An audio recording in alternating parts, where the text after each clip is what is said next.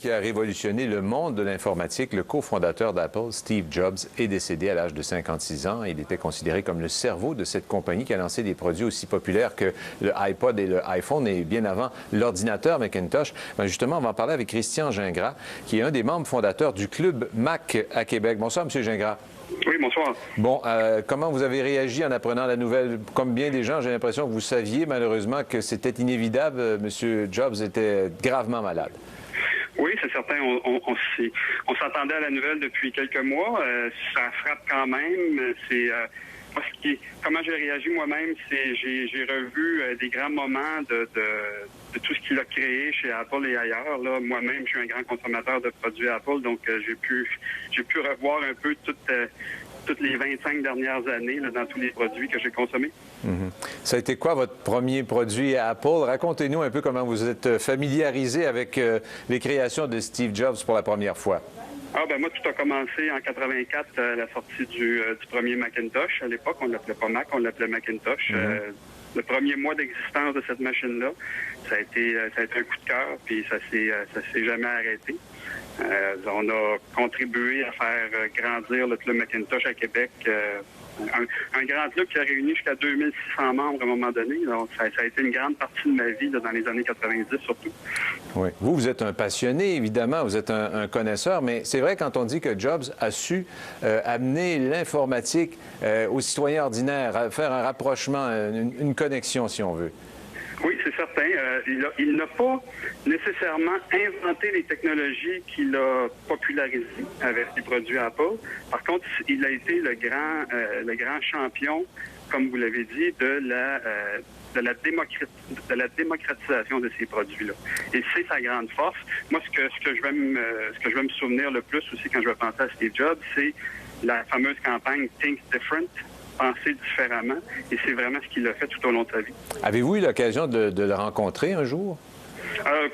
Croisé dans un Apple Store quelque part dans la région de New York, mais sans lui parler, sans pouvoir lui serrer la main. Croisé dans des événements. Moi, j'allais à l'exposition Macworld à chaque année, donc on pouvait le croiser à l'occasion dans les corridors, mais sans plus. Là, j'ai vraiment pas l'impression de connaître l'homme. Je connais la personnalité publique. L'avez-vous déjà vu quand il montait sur scène pour présenter un de ses produits, parce que c'était sa marque de commerce? Oui, malheureusement, non. Malheureusement, j'ai jamais eu l'occasion d'assister à un de ces fameux keynotes. J'ai assisté, je les ai vus sur Internet, mais jamais en direct, malheureusement. C'était assez particulier, son image en jeans, en T-shirt noir, qui se promenait d'un bout à l'autre de la scène et qui nous présentait quand même de façon très simple des appareils très complexes. Oui, encore là, c'était différent de toutes les autres présentations corporatives qu'on avait l'habitude de voir. Maintenant, beaucoup de présentations corporatives ont adopté le style Steve Jobs, mais à l'époque, c'était très, très différent. Donc, je reviens à ce que je disais tantôt, c'était toujours Think Different. Il faut penser autrement, ne pas essayer d'améliorer ce qui existe déjà, mais de réinventer quelque chose. Alors ça, c'est vraiment ce qui va rester. Une question qu'on pose à nos invités déjà à quelques reprises depuis le début de ce bulletin. Est-ce que vous pensez qu'Apple va demeurer la même compagnie avec toutes ces innovations qu'on a connues? Ça va se poursuivre sans lui? Je pense que Steve Jobs a bâti une merveilleuse équipe autour de lui, des gens qui partagent ses idées, qui partagent sa passion. Je pense que pour les 2 ou 3 ou 4 prochaines années, le plan de match est déjà établi.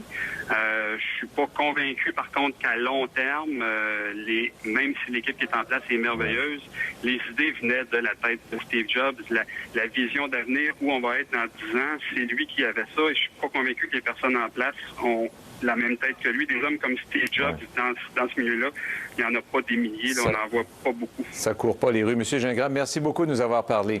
Ça fait plaisir, au revoir. Au revoir. Un passionné d'informatique et de produits Apple, Christian Gingras, un des membres fondateurs du Club Mac à Québec. Restez avec nous, on va poursuivre dans un instant, SCN, avec d'autres nouvelles.